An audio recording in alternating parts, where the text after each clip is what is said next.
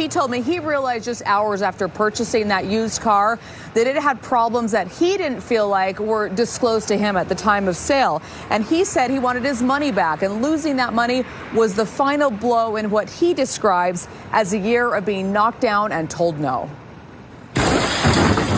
This video of Michael Murray crashing his newly purchased car through the showroom is not something he's proud of. I know me crashing into that car, into that building was wrong. But Murray says he is drained emotionally, mentally, and financially. I'm tired of being here and trying to be a productive member of society just to keep getting knocked down and get told no. Employees inside the Tim Dolly dealership say these moments caught on video were terrifying.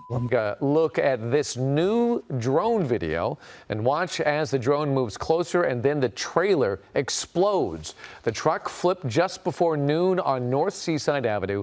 Hazardous materials experts are on the scene. This is causing a massive traffic backup as trucks try to get out of the port. So let's get right to Chris Christie live at Air 7 with the latest on the firefight. Chris?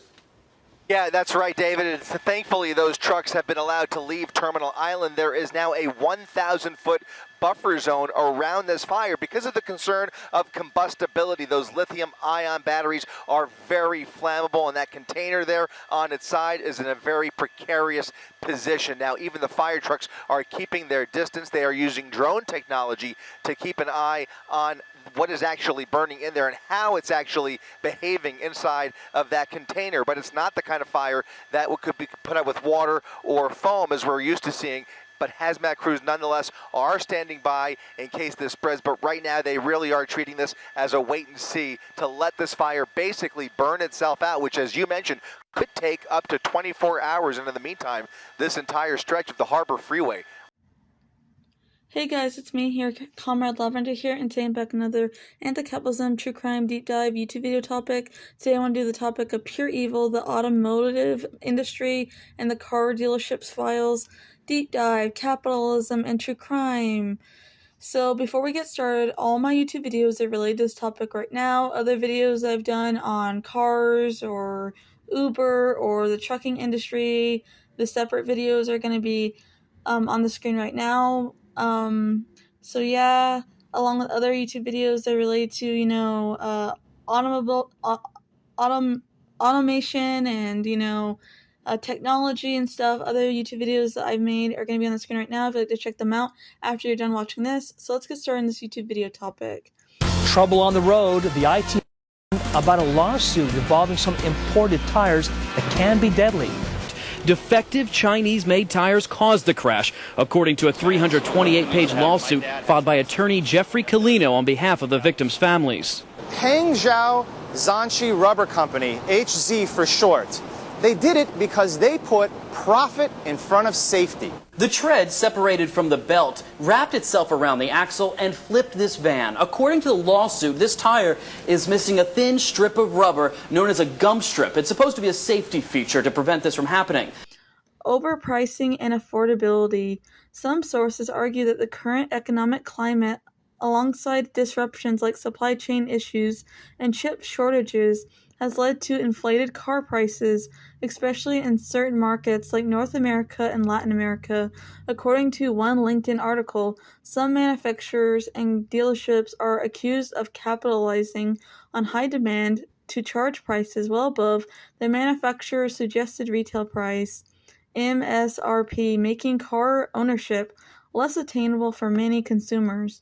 This can contribute to slowed sales and damage brand loyalty over the long term.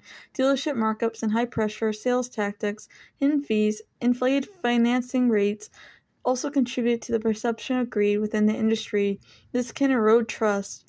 Cars consume a lot of energy before they even make it to the open road.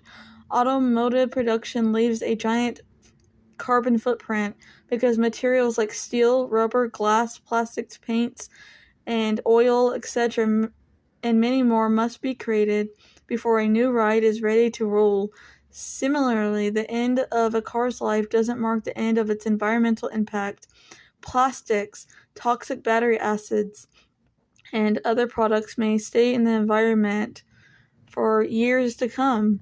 Fortunately, junkyard pileups are becoming much smaller than they were in the past. It's also true that most of an automobile's environmental impact, perhaps 80% to 90%, will be due to fuel consumption and greenhouse emissions of air pollution and greenhouse gases that climate scientists say are driving global warming and climate change. It's caused by capitalism. Capitalism caused climate change. Petroleum products raise environmental red flags even before they are burned. Extracting them from the earth is an energy-intensive process that can damage local ecosystems and biodiversity areas and wildlife. Shipping fuels can also consume a lot of energy and creates an occasional environmental disaster, such as an oil spill. As the world demand rises and unconventional fuel sources such as oil sands become more economically viable, the ecological impacts of petroleum extraction might also increase dramatically. Vehicles are America's biggest air quality compromisers, along with animal agricultural farming, factory farming type of things, producing about 1/3 of all U.S. air pollution. That is how much, the vehicles on the road do. The smog, carbon monoxide, and other toxins emitted by vehicles are especially troubling because they leave tailpipes at street level where humans breathe the polluted air directly into their lungs. That can make auto emissions an even more immediate health concern than toxins emitted high in the sky by industrial smokestacks. Each year, millions of gallons of improperly discharged used motor oil pollute streams, lakes, and coastal areas. This should be cause for concern since 1 gallon of used oil can contaminate 1 million gallons of water. Not all polluters find in highway runoff. However, some come from transportation activities. Roads collect pollutants from many other sources, including agricultural runoff or wind-blown contaminants from manufacturing and energy production. In addition to ecological effects of noise pollution from automobiles, trains, planes, etc., noise pollution can also impact cognitive processing. These impacts are first observed in humans, with several studies suggesting that individuals in noisy environments, for example, children attending school near airports, tended to perform poorer on cognitive assignments compared to other children in a more quiet area. Long-term exposure to high noise pollution levels from vehicles can damage the sensitive hair cells in the inner ear, which can lead to hearing loss and hearing damage. In the worst case, permanent hearing loss. This could be a serious problem, especially for people who live and work near busy roads. Cancer Road. A Ford factory dumped toxic paint sludge on indigenous tribal land. Years later, it's still making people sick. When a victim of capitalism named Angel was a kid, she would often play in the dirt. A lot of kids in her area did the same, but the dirt in the hills around her home in Upper Ringwood, a close-knit working-class family neighborhood in the shadow of the Ramapo Mountains in New Jersey, was special. It was often bright and multicolored. It glistened in the sun and had a particular scent/smell. Those streaks of color in the soil became from thousands of tons of leftover paint that was dumped decades ago by the Ford Motor Company. It was brought by truck from the company's giant factory in Mahwah, just down the road, and disposed of in an abandoned Ringwood mines. The residents of Ringwood knew where the paint came from, but they didn't know the full health impact it would have until years later, when many of them began falling sick and seriously ill. They petitioned for years to local authorities to help clean up the mess, to no avail. In 2005, a months-long investigation by the Record of New Jersey titled Toxic Legacy found high levels of toxic chemicals in the paint sludge that still littered the area. Following the public pressure, the Environmental Protection Agency oversaw several more investigations into how much of the paint remained in what it contained. The investigation confirmed what the locals had already known for years. It was toxic. It was poisonous, and it was everywhere. The toxic sludge in which Angel and her friends and family had all played contained a plethora of deadly chemicals such as lead, arsenic, benzene, etc. Millions of cars were built on the Maha assembly line. They passed through a long hall where gleaming steel bodies would be sprayed with brightly colored paint. candy apple red, calypso coral, new lime colors. Runoff that would spray would drip down through a steel grate into large bat containers, and then on trucks heading to Upper Ringwood. Their final destination was the Ringwood Mines, a series of now unused abandoned mine shafts and tunnels bought by the Ford Company specifically to use as a landfill dumping ground. Angel's parents would watch these trucks go by their homes. They knew something wasn't quite right, but even back then. But they didn't have the full story. They knew they were being dumped something, but just didn't have the slightest clue as to what it was. She says, my mom, dad, my grandparents, people were playing this stuff for years, and nobody really understood what it was. Ford closed its Maha plant in 1980. 2 years later, regulators found arsenic in the water supply. In the years after Ford closed its factory, the company either donated or sold all of its contaminated properties and land while fully aware of the land was contaminated with toxic materials and chemicals, according to the lawsuit brought to them. The legal battle was filmed for an HBO documentary called Man vs. Ford, which was released in 2011. Ford eventually settled for $10 million while admitting they had no liability for the residents' claims of health problems caused by the waste. The money did help some people fix their homes, as well as to pay for some of their medical bills, but then there were people who the money couldn't fix the damage that had already been done. This is a classic case of environmental racism, and these people are victims of capitalism. To allow that stuff to happen to the civilians of that town, the only way for that to happen and take place is, unfortunately, that they were racist people and, victims of capitalism. They thought less of us than themselves.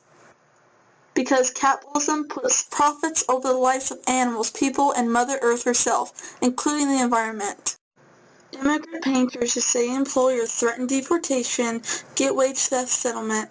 Current and former workers of Unforgivable Coatings, a painting company with operations in Nevada and 4 other states, say they found justice after enduring years of unpaid overtime and unfair treatment, including threats of deportation if they spoke up and out against this. After several settlement conferences, parties came to an agreement on Friday evening entitling employees to nearly $3.7 million in compensation for stolen wages, aka wage theft, penalties, damages, and interest as a result of a federal Department of Labor investigation. Exploding Takata airbags, unalived teen girl in Texas. Honda confirms 10th U.S. fatality inflator crash death, and exploding Takata airbag has claimed another life, this time a 17-year-old teen girl whose car crashed near Houston. The girl is the latest victim of a malfunctioning airbag inflators that have killed 10 people. The U.S. and others in Malaysia, touching off the largest automotive recall in U.S. history. More than 100 people have been hurt by these inflators, which could... Tonight, CBS News is investigating one of the largest auto recalls in history. 11 million vehicles whose airbags can cause serious injuries. Jeff Glor met one of the victims. Stephanie Erdman's life changed forever in September of last year. She was involved in a collision in this Honda Civic in Destin, Florida. Instead of an airbag saving her, it nearly killed her. Instant blindness on my right side, followed by gushing blood.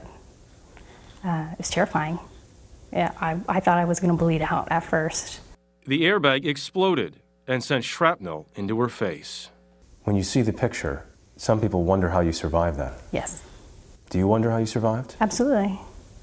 I was one of the lucky ones. At least 2 people have died.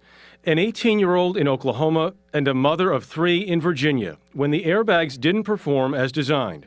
A coroner's report in California links a 3rd death. A government database shows more than 100 people have reported being hurt, all from airbags manufactured by the Takata Corporation of Japan. Which can explode with too much force, blowing apart a metal canister and sending shards into drivers and passengers. The girl from Richmond, Texas was driving a 2002 Honda Civic in Fort Bend County, Texas, when the car was rear-ended by another vehicle and the airbags went off. said sheriff's deputy who investigated the crash. Shrapnel hit the girl's neck, unaliving her. So far, 14 automakers have recalled 24 million U.S. vehicles to replace the insulators, which are powered by the chemical ammonium nitrate. Scientists hired by the consortium of automakers have determined that prolonged exposure to airborne moisture and high temperatures can cause the chemical to deteriorate. The inflator canisters can also allow moisture to enter areas with extreme humidity. Compilation of the recall repairs have been slow by a lack of replacement parts. Takata and Honda have recruited other manufacturers to make replacement inflators, but still only 7.5 million, or about 27% of the 28.8 million recalled inflators have been replaced. The girl's family bought the Civic as a used car, but the date of the sale is not clear, Betwork said. He said the family was not aware of the recall before the crash. The Civic was the first recalled in 2011, but despite 6 recall notices, repairs were never completed, the agency said. Honda said in a statement that it mailed multiple notices to several registered owners. Defective tires in the automobile industry can lead to accidents, injuries, and even fatalities on the road due to issues like blowouts, tread separation, and the loss of vehicle control. These defects can arise from flaws in design or manufacturing processes, potentially impacting tire performance and safety. This is a frequent issue where the tire's tread separates from the tire's body, often causing blowouts, loss of vehicle control, and accidents. While tire defects are not the most common cause of car accidents, they still contribute to a large number of car crashes each year. The National Highway Traffic Safety Administration, NHTSA, reports that tire-related issues are involved in approximately 11,000 accidents annually in the U.S., resulting in an estimated 19,000 injuries and 700 unalivings each year. Death from the National Highway Traffic Safety Administration indicates that tire-related issues contribute to about 35% of all accidents nationwide. A major safety alert for Cybertruck owners this evening. Tesla is recalling just about all Cybertrucks in the U.S. to fix an exterior panel that could detach while driving. OSHA's violations detailed a series of safety failures at Tesla's Austin Gigafactory. The agency found the company failed to properly protect workers from electrical hazards, and now the company is facing penalties. Well, certainly a fatality involving electrical safety, that's concerning. Federal safety officials are issuing serious violations to Tesla after an electrician was killed while working inside the company's Gigafactory last August. The Occupational Safety and Health Administration, or OSHA, says 46-year-old Victor Gomez Sr. died while inspecting electrical panels that should have been shut off. We spoke with the Texas Electrical Safety Association last year after Gomez's family filed a wrongful death lawsuit. If some of those panels were de-energized and that one was not, how could that be? OSHA's report states Tesla did not provide proper protective equipment to employees, allowed them to work near live electrical circuits without safeguards, and failed to warn workers about dangerous power sources. As a result, the agency issued Tesla 3 serious citations for $16,000 each, totaling nearly $50,000. Tesla is currently facing a significant controversy surrounding issues including Elon Musk, the billionaire's disturbing racist public statements and actions, allegations of misleading marketing and defective products, and concern about vehicle safety and autopilot functionality. Elon Musk's public statement and actions, particularly on social media, have drawn severe backlash and criticism that led to a decline of Tesla's brand image and sales and the market. Some shareholders have expressed concern about his leadership and its impact on the company's stability. Tesla is involved in numerous lawsuits, including a class action lawsuit from shareholders and owners related to autopilot, FSD, and other issues. A proposed class action lawsuit alleges Tesla has fraudulently manipulated odometer readings in its electronic vehicles to display greater distances than were actually driven in an effort to dodge or reduce its repair obligations under mileages, capped warranties. The 30-page Tesla class action lawsuit filed by a California man who claims to have noticed particular patterns in mileages accumulation for his used 2020 Tesla Model why, shortly after he began to take the vehicle to Tesla Repair Center in February 2023, the man claims in the lawsuit, although his consistent driving routine should have averaged, by generous estimates, around 20 miles per day, throughout the following months, the vehicle's average mileage surged to 72.35 miles per day. The complaint says the plaintiff's car was covered by Tesla's basic warranty, which provides bumper-to-bumper coverage for 4 years or 50,000 miles, whichever occurs first. According to the Tesla lawsuit, the abnormal mileage spike coincided with the plaintiff's warranty nearing its expiration date and caused the coverage to expire well ahead of schedule. And once the odometer reached 50,000 miles, now that his Tesla's vehicle's warranty has prematurely expired, Tesla Inc. refuses to platform any further work under warranty, and all the subsequent work would be customer pay service. The filing alleges the lawsuit contends that plaintiff's experience with unexplained mileage surge, particularly leading up to warranty expiration. It is not an isolated incident either. Per the case, numerous Tesla owners complained online of significant discrepancies between distances they have driven and what is reported by their odometers. The case claims the issue stems from Tesla's odometer system, which inherently does not produce mileage readings based on direct physical measurements of distance traveled. Rather, Tesla odometer readings are estimates of distance traveled derived from predictive algorithms, energy consumption data, and driving behavior patterns. The suit says the lawsuit looks to represent all California residents who purchased a new or used Tesla vehicle for personal, family, or household purposes. Tesla recalls nearly all of its Cybertrucks due to them falling apart. Tesla, the electronic car company owned by Elon Musk, is recalling most of its Cybertrucks due to an exterior panel that can fall off while driving, posing a serious setback for the company, whose shares have already been plummeting and taking a nosedive. Tesla announced the recall of more than 46,000 Cybertrucks in a filing with National Highway Traffic Safety Administration. A detached panel can become a road hazard, increasing the risk of a crash. Tesla admitted in its NHTSA filing, Tesla has already seen its stock lose about half its value this year, in part due to rising competition, and in part due to outrage over Elon Musk's job under President Donald Trump, overseeing massive federal cuts to federal funding, including money spent on school meals for kids, national parks and forests, programs combating infectious disease, and research to help sick and wounded veterans. Demand for used Teslas has also been plummeting, according to a survey from Cars.com that found searches for used Teslas dropped 16% over the past month.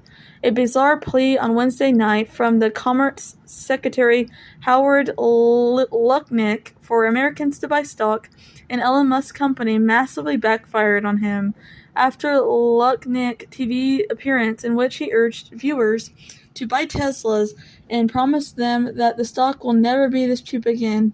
The company's shares dropped another 1.7% Thursday morning. Several families of victims who died or were injured in crashes involving Tesla's self-driving technology wrote to Transportation Secretary Steen Duffy, expressing the concern that Elon Musk's influence in the Trump administration may weaken government oversight on automated vehicles, according to the reporting in Politico.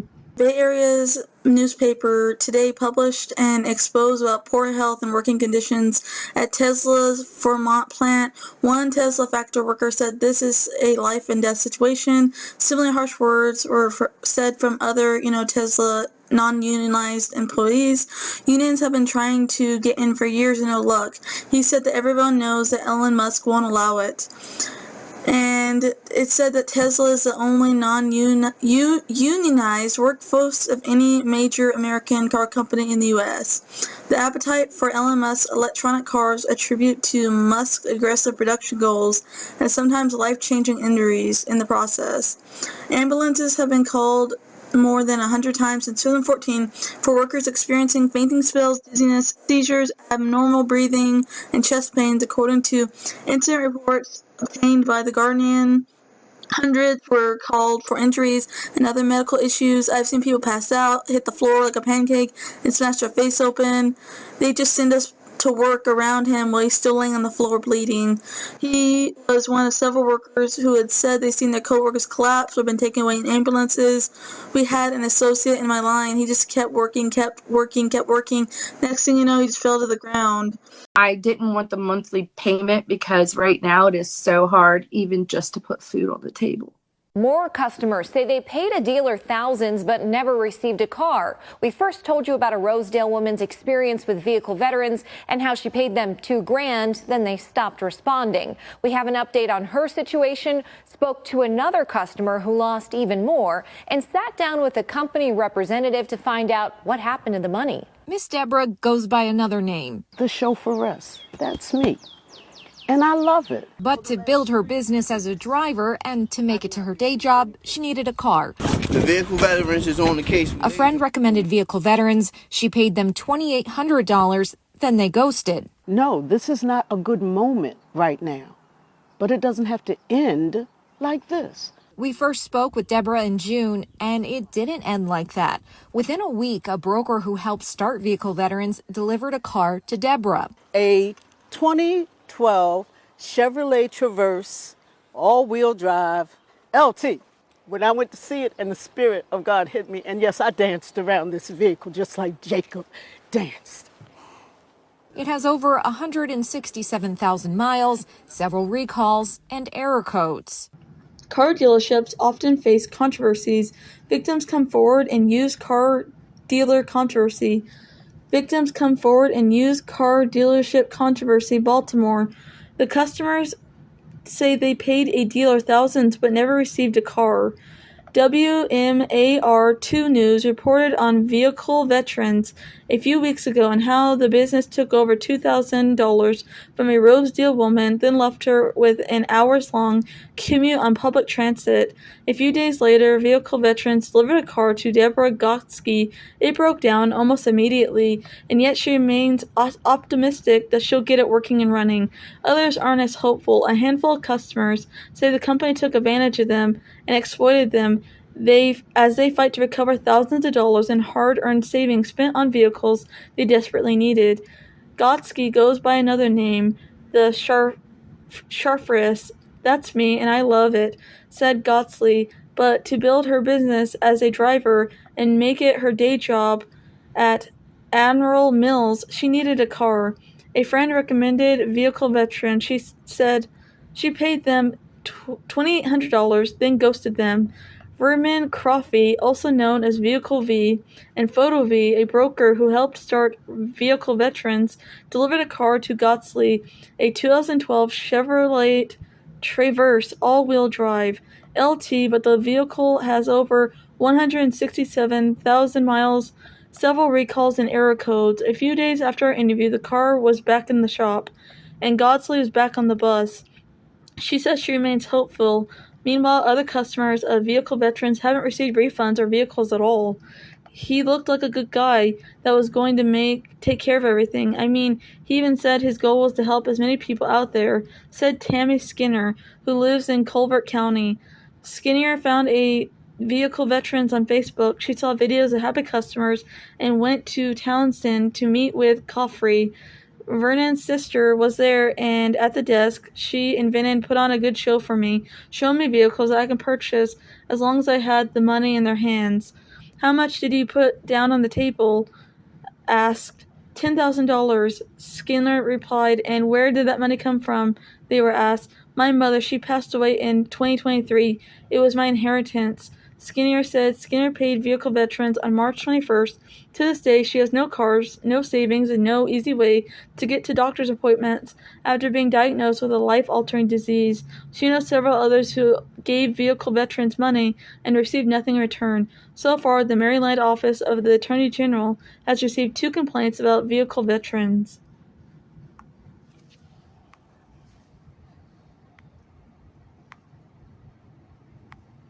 These horses are working 9 to 10-hour shift days, breathing in exhaust fumes and trudging along the hard pavement. In a study done by veterinarian Jeffrey Rosedale, tracheal washes and samples from respiratory secretions of the horses showed enormous lung damage, the same kind of damage you'd expect from a heavy chain smoker. These horses live a truly nose-to-tailpipe existence. So what happens to these horses' bodies finally betray them? Like most failing race horses, the final destination for many of these carriage horses is the slaughterhouse. Drivers from the east who feel discriminated, drivers from the west who feel threatened. We hit the road to find out what exactly is going on. Now authorities in Greene County discovered the body of yet another red-headed victim. The string of homicides have become known as the redhead murders. All were discovered along major interstates. There were some cases in Tennessee, but also in Kentucky. Who drove trucks for a living. The ongoing supply chain issues disrupting so many shopping plans ahead of the busy holiday season. One critical link in that chain is getting a lot of attention: truck drivers. Well, a new article on NBCnews.com examines the role truckers are playing in the supply bottlenecks we're seeing at so many of our major ports. Social dumping, or the use of weaker labor and social standards to be more competitive, has become widespread in European road transport, and truck drivers are the ones bearing the consequences. Diesel pollution is well known to be hazardous to human health. Groups at particular risk include workers in the trucking industry, the communities located near major sources of diesel pollution, such as people who live near railroads and railways, ship ports and freeways, for example. Truck drivers who serve ports are at especially high risk. They may be exposed to pollution from their own diesel trucks, and they drive in locations where there are many other sources of pollution in general, including diesel pollution, including other port trucks, cargo handling equipment, ships and locomotives and vehicles, and are likely to inhale soot from the air around them. Measuring truck drivers' exposure levels to diesel, soot, or black carbon inside trucks serving the ports. To do so, they mentioned the air inside the cabs of the trucks, ranging in age from 1981 trucks to 2006 model years for an entire work shift serving the port of Oakland. What they found was disturbing. All of the average black carbon levels measured within the truck cabs were at least 10 times higher than the background level of 0.3 M3 found in residential area of Oakland, California. Samples from inside the 1981 truck showed levels of black carbon roughly 25 times higher than in the background. These levels are significantly higher than what was previously found along truck corridors near the Port of Oakland and the Port of Oakland's terminal, suggesting that the diesel exhaust may be accumulating inside the truck cabs. Thus, port truck drivers face even greater health risks than do the residents of the surrounding communities. The amount of black carbon we measured inside the truck cabs was high enough to increase health risks by up to 2,600 excess cancers per million. Drivers double the level considered acceptable by the Occupational Safety Health Administration, the OSHA, and roughly 2,000 times greater than the level typically considered acceptable by state and federal environmental protection agencies. The non-cancer health risks, such as premature death, are likely to be even higher and greater. Newer trucks tend to be slightly cleaner than the older model trucks, implying that some portion of the diesel, buildup that drivers inhale comes from their own trucks. However, the DPM levels found inside the cabs of newer, cleaner trucks remained elevated across model years, showing greater variation depending on the location. This led us to conclude that the most of the exposure was from surrounding diesel sources in the port environment. Diesel exhaust is a well-known human carcinogen, estimated to be responsible for 70% of the total cancer risk from air pollution.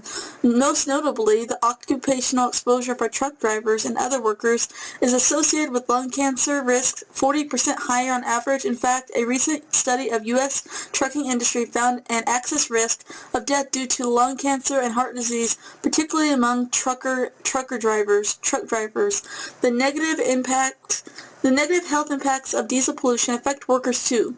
Port workers ranging from longshoremen to truck drivers are exposed to high levels of diesel pollution on the job, and truck drivers are especially vulnerable. The vast majority of drivers work as independent contractors and must arrange for their own health insurance, but most are too poorly paid to afford it. In recent studies, 90% of the drivers serving at the ports of Los Angeles and Long Beach reported to have no health coverage or health insurance. As independent contractors, port drivers do not receive paid sick days, nor are they covered by workers' compensation insurance. Tim Clemens, a victim of capitalism, has driven nearly 3 million miles around the U.S. in his 30 years as a truck driver. This used to be a great job, he said. I provide a valuable service to my country. It would be nice if we weren't looked down upon like trash. While the industry says there is a national shortage of drivers and complaints regulations is holding back hiring, Tim has another theory about why this is. Working conditions have deteriorated since he started driving, he said. It's more difficult to find parking and access to bathrooms. Dispatchers and brokers are pushing harder to deliver loads in a certain amount of time, or else drivers face fines or deductions from their pay. Drivers earn less. All these factors may explain why the annual turnover rate at big trucking companies and employers averaged 94% between 1995 and 2017, and that's before COVID upended the supply chain and increased demand for drivers and the pressures they faced. If you haven't found a place to park by 2 or 3 p.m. in a truck stop, you're looking for any place to park, yet we're fined and towed just for trying to be safe. As nasty as it might sound, most of us experienced drivers carry around garbage bags and a 5-gallon bucket or a potty chair with plastic grocery bags.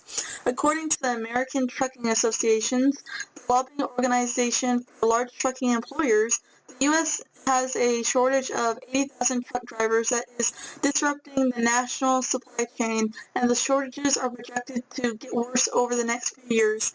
Nearly 2 million Americans work as truck drivers, a rate that has steadily increased over the time and over the years from about 1.57 million truck drivers in 2000. States issue more than 450 commercial driver's licenses per year. Retail giants enable trucker exploitation. Powerhouses such as Target, Costco benefit while drivers plunge into debt. America's retail giants have spent a decade ignoring signs of labor abuse in the supply chains, fighting government efforts to crack down even as thousands of truckers were driven to debt poverty. Retailers and manufacturers rarely hire the truckers directly. Instead, they rely on a maze of subcontractors to move their goods. Target, Costco, Howlett Packard, and many others have benefited from California port trucking companies that forced their drivers into debt, made them work up to 20 hours a day, and sometimes paid them pennies per hour. They fought bills that would have converted port truckers to fully protected employees and others that would give state agencies more leeway to punish trucking companies with violations. Truckers win $30 million in wage theft settlements. Hundreds of drivers said they earned less than minimum wage when delivering to retailers. From ports of LA and Long Beach, one of the world's largest trucking companies, XPO Logistics, has agreed to pay $30 million to settle lawsuits filed by hundreds of drivers. They pay drivers less than legal wages, failed to pay them for missed meal and rest periods, and failed to reimburse them for business expenses or for waiting time penalties. Trucking companies classify many of their drivers as independent contractors, meaning they are ineligible for a host of labor protections. In recent times, California's labor commissioner has awarded more than $50 million to some 500 truckers who claimed they were deprived of wages through misclassification as contractors rather than employees. The grim reality of the European road transport sector. Mass exploitation and inhumane working conditions are rife within the European road transport sector. Companies eager to make a profit at any cost take advantage of the high demand for road transportation. They charge multinationals a decent price for operating their supply chains, but the money paid for the service is not fairly distributed to its drivers carrying out the actual work. Instead, the transport operators use loopholes to underpay their workers, taking drivers from Eastern Europe on Eastern European contractors and using them to drive exclusively in Western Europe. This business model means they're able to pay low wages and social security contributions while taking advantage of the right for EU members to work all over Europe. Interviews with drivers have uncovered that exploitative practices are commonplace in the trucking industry, and additional abuses that drivers faced as a result of the COVID-19 crisis, including drivers being forced to sign contracts in languages they cannot read or understand, drivers being supplied with false documentation about their employment status, drivers being threatened with violence and financial penalties for alerting authorities about driving and resting times, safety, pay, and other issues, drivers provided with little or no personal protective equipment during the COVID-19 pandemic. Exemptions to driving and rest time regulations have led to employers coercing drivers to work more dangerous hours, drivers being forced to stay in their vehicles with access to clean water, facilitating toilets or sanitation facilities. Drivers are not receiving sick pay. Outside a large logistics warehouse in Germany, it was witnessed that drivers washing and cooking in the snow. The journalist went on to ask the drivers why they did not use the facilities inside the warehouse. They were told the company did not give them access. One driver explained the only place to go to the toilet was a small shop, 10 minutes walk, but the shop was already closed at 20 till. The driver parked in the spot all weekend waiting to unload. CBS Frontline and ProPublica investigate deadly truck accidents in the documentary America's Dangerous Trucks and the fight over the measures that could save thousands of lives. As death rise, the documentary examines decades of legal maneuvering, political influence, lax regulation, and industry opposition, reveals how regulators and lobbyists block measures to prevent deadly crashes. Thousands of people all over the world have been killed when their cars slide underneath the trailer of large trucks. For decades, the Department of Transportation and the trucking industry have rejected safety devices meant to prevent these underride crashes. An average of about 5,000 people a year are killed in crashes involving a semi-truck, a death toll that has soared by almost 50% since 2011, according to the most recent federal data. The news organization revealed explosive emails detailing how the trucking industry officials pressured Department of Transportation regulators to alter a report that recommended a nationwide mandate for guards specifically designed to protect pedestrians, bicyclists, and motorists. The guards are already used around the world and in several cities. It's a good documentary. I've actually watched it. Go check it out. Here are some true crime cases. There is an epidemic of sexual abuse and sexism and sexual harassment that spreads unchecked throughout the entire trucking industry. In October 2020, Laura would be picking up a load in Fresno, California that morning and dropping it off in Florida that evening. She had never driven with the male colleague assigned to co-drive with her before, but said yes because she recently graduated from training and needed experience as well as the money. She drove first so another driver could rest in one of the two beds in the back of the cab, but once they were on the road, he kept coming to the front in his underwear. He asked her if she liked sex and then told her he wanted to pay her for sex. When she told him she wasn't a sex worker, he claimed he was joking and returned to the back. When she eventually pulled over to take a nap, her co-driver attacked her, describing how she fought him as he pulled her pants down. He was naked, his hands were all over me and everywhere. I remember saying no. She called her dispatcher in tears, only to be told that she shouldn't call the police, to just keep driving. So she did, but when her co-driver kept coming to the front and patting her on the head, she pulled over and called 911. I just wanted to go home, she said. Female truckers only make up 7% of the workforce in the trucking industry. In a recent study, more than 90% reported experiencing at least one incident of sexual harassment in their careers. After the incident, Eagle stopped calling her to work. The company didn't pay her for the drive to Arizona. Her assailant, meanwhile, kept driving for Eagle for months afterward. Her story is recounted in a lawsuit that she's filed, naming the company and the other trucker, alleging sexual and racial harassment and discrimination, as well as sexual battery, wrongful termination, and a failure to pay her what she was owed. Eagle Truck Lines has denied the allegations in the lawsuit. The way the company treated me, I felt worthless, she said. Human trafficking in the trucking industry. Every day all across the world, children are being sold as prostitutes to fulfill the demands of an eager capitalism market driven primarily by men of all ages and professionals. The trucking industry is no exception. Oftentimes, traffickers are transporting prostituted children, making it harder for them to seek help or escape.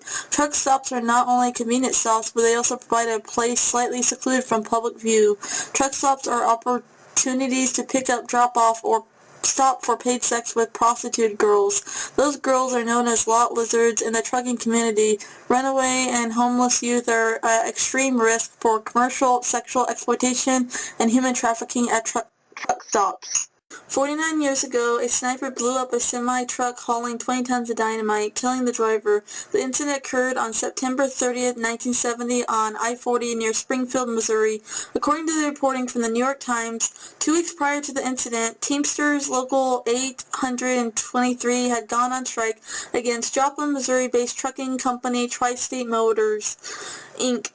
Tri-State Motors continued to operate in spite of the strike that was going on. On September 30th, 48-year-old truck driver John Galt was operating a truck leased to Tri-State Motors, hauling a load of more than 20 tons of dynamite along I-40 en route to a mining area in southeastern Missouri.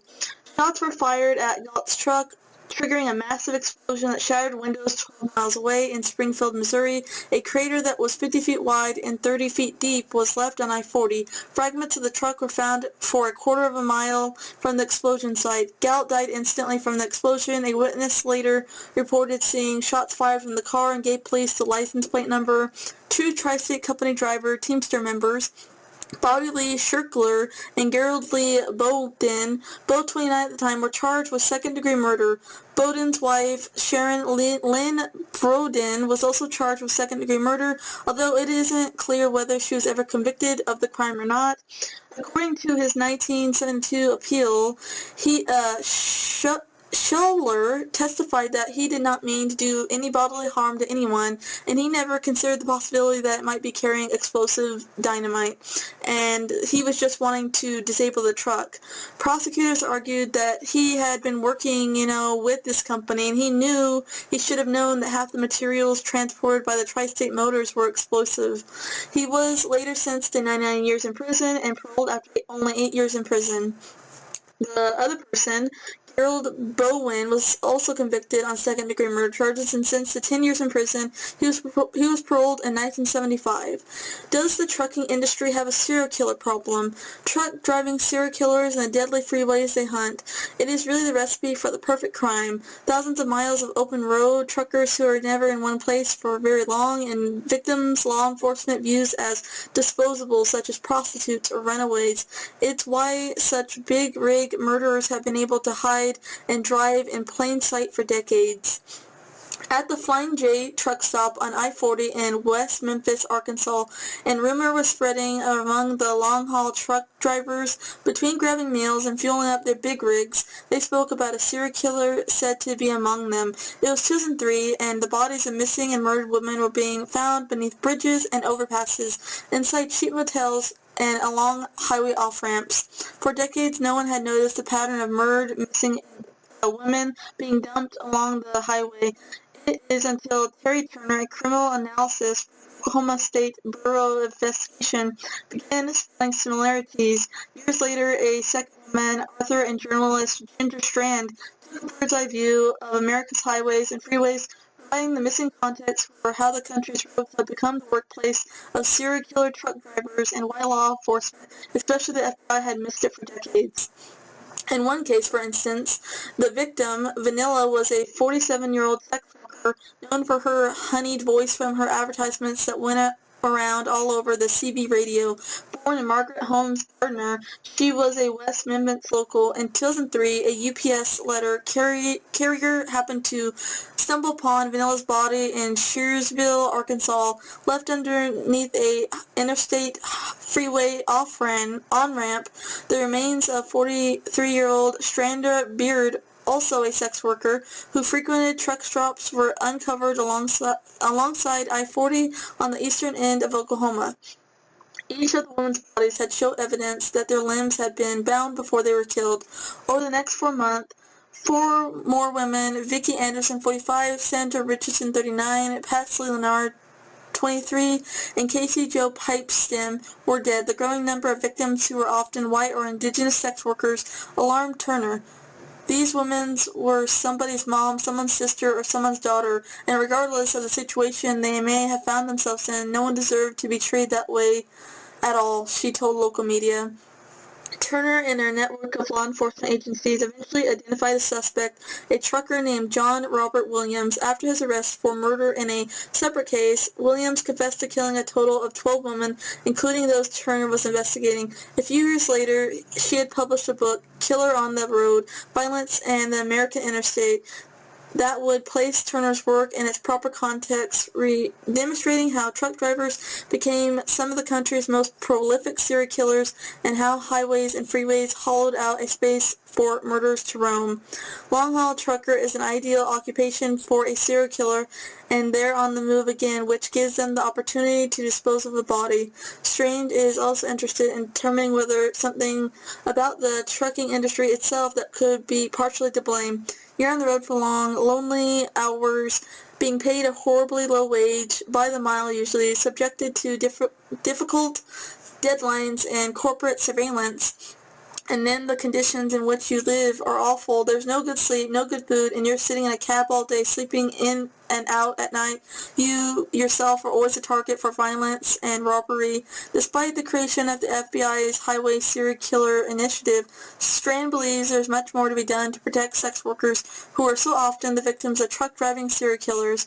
Until it happens, men like Delmas Colvin, aka the Interstate Strangler, a former long-haul trucker who's claimed to have killed somewhere between 47 and 52 women, will continue to roam the open road with near impunity. The last decade, ride-sharing apps have soared in popularity. Hundreds of millions of people using Uber and Lyft every year, entering a car with a stranger in order to get to their destination. We knew this morning a major settlement with Uber and Lyft. The New York Attorney General says they've agreed to pay more than $300 million for wage theft. Along with horrific attacks, even murder. Arizona police are trying to figure out why a man stabbed and killed a pregnant Lyft driver. You may have seen the latest upsetting video of yet another Asian American being attacked. Over the weekend, an Asian Uber driver was coughed on by a woman who even ripped off his mask. It was all-out war in an Uber over a mask. 3 women are hassling the driver because he says one of them refused to wear a mask. Watch as she does the unthinkable, coughing on the driver. Then the irate woman grabs his phone and rips off his mask. You don't touch my property! All I did was take his mask off and cough a little bit, but I ain't even have corona. He lucky as hell I ain't have nothing on me. Revealing 3,824 reports of sexual assault and misconduct. Nearly half of those assaults carried out by the passengers. Our investigation led us to dozens of women who told us the companies they work for did little to prevent or prepare them for dangerous situations they could face. And when something bad did happen, these women, including Sydney, say the companies did not do enough to help. I asked if I could sit in his console. He said that was fine.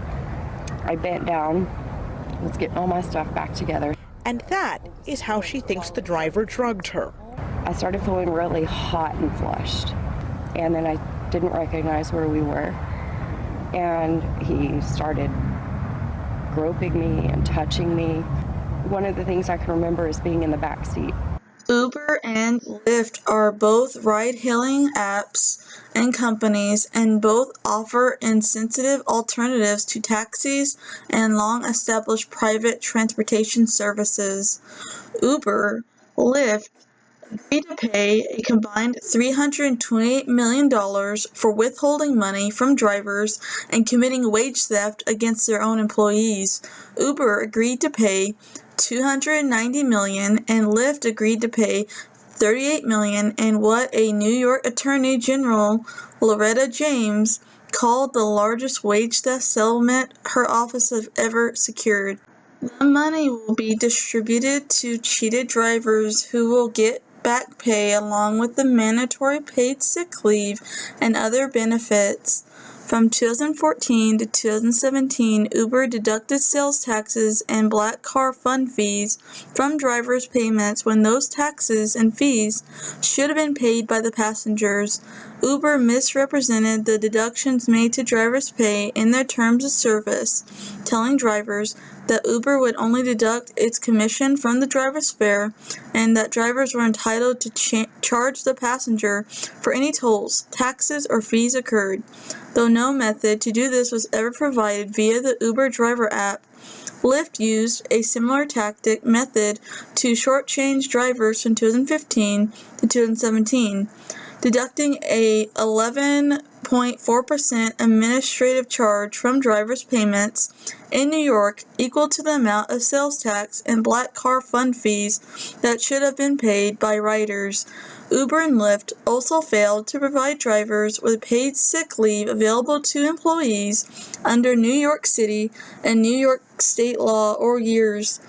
Uber and Lyft systematically cheated their drivers out of hundreds of millions of dollars in pay and benefits while they worked long hours in challenging conditions. These drivers overwhelmingly came from immigrant communities and rely on these jobs to provide for their families.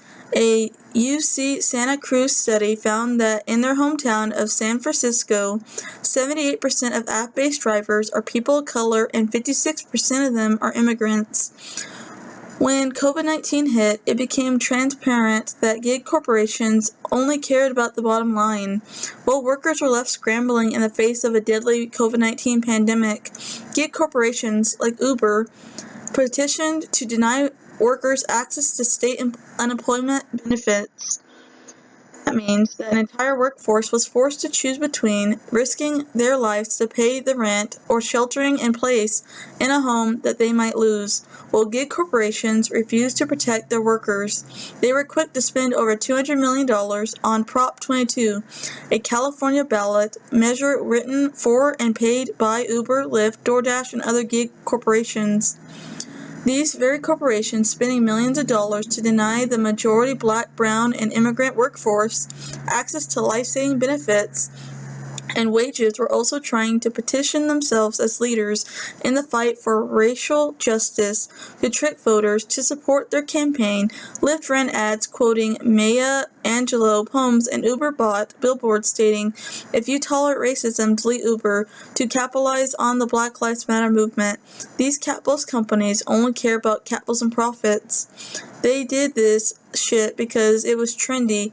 The same exact thing when companies do the lesbian, gay, bisexual, transgender, queer plus rainbow capitalism shit.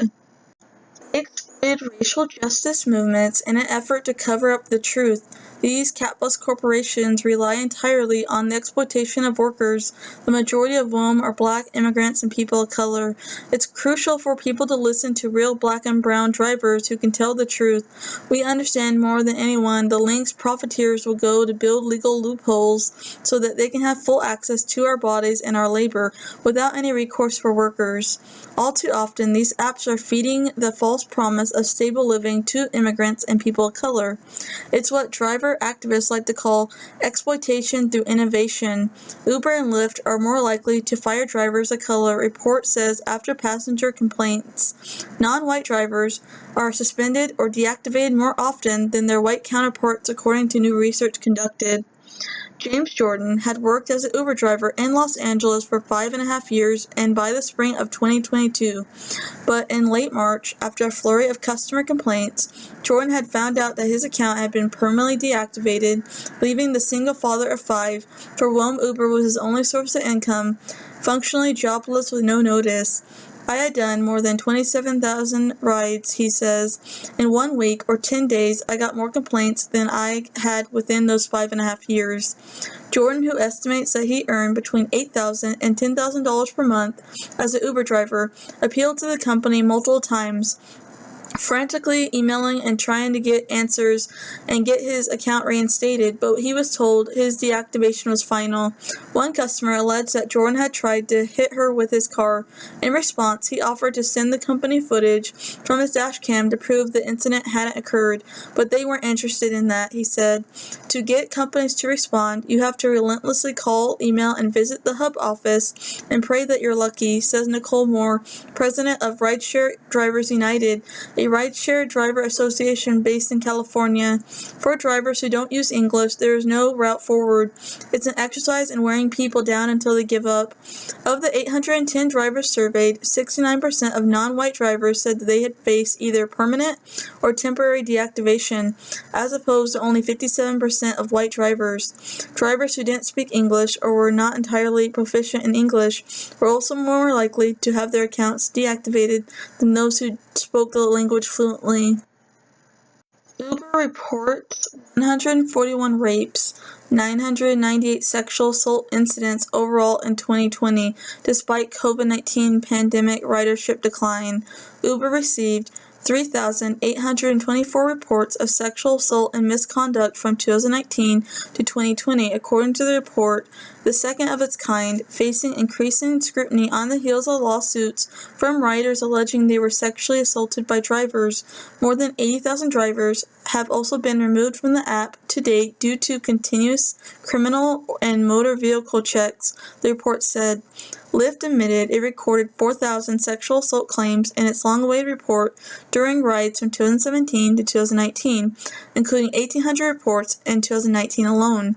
More than half of these incidents in 2019 were reported as non-consensual touching of a sexual body part, according to the report. Another 156 reports involved non-consensual sexual penetration, according to the report. It also listed 10 fatal assaults from 2017 through 2019, including 4 in 2019. Allison Turcos, a New York City resident who has sued Lyft, alleging her driver sexually assaulted her in 2017, said that the report came after years of pressure from herself and other survivors. Rideshare sexual assault is a systematic problem and one Lyft actively chooses to ignore, she said on Twitter. It is exhausting holding a billion-dollar capitalism tech company accountable, but I will never back down. We deserve better, she said. In a class action lawsuit in 2018, 9 women accused Uber of attempting to silence the reports on sexual assault by forcing them to individually settle their cases through arbitration and court process, a private process that often results in confidentiality agreements. Uber was fined $59 million by a California regulator in 2020 for failing to comply with a request for data on sexual assault incidents in its vehicles. Lyft was sued by more than a dozen women in 2019 who alleged the company had failed to enact basic safety measures that would have prevented the alleged assaults from happening. The women also said the company downplayed the seriousness of the attacks when they were reported. Women who drive for Uber and Lyft are being left to fend for themselves when it comes to these situations. Tara, a victim of capitalism, a former elementary school English teacher who lives in Charleston, South Carolina, had been driving for Uber for about 2 years when she had her first distressing experience with a customer. Late one night, several years ago, she picked up a male passenger outside a bar. A few minutes into the ride, the man suddenly unzipped his pants and exposed himself to her. Sarah said that she reported the passenger to Uber. The ride-sharing company assured her, but nothing about his ability to use the app in the future. Several months later, Tara was outside the same bar in Charleston waiting for a surge in requests with some other female drivers. They were talking and she told them what happened. To her surprise, both women told her they had recently picked up the same passenger, weeks after Tara said she had reported him. Tara's story is not uncommon. In interviews with over 25 female ride-sharers, drivers across the country, their experiences varied, from having passengers flirt with them, solicit them for sex, or making unwanted advances towards them. Many said they have taken to carrying pepper spray and other defensive weapons in their vehicles in defiance of the app company's policies banning such items.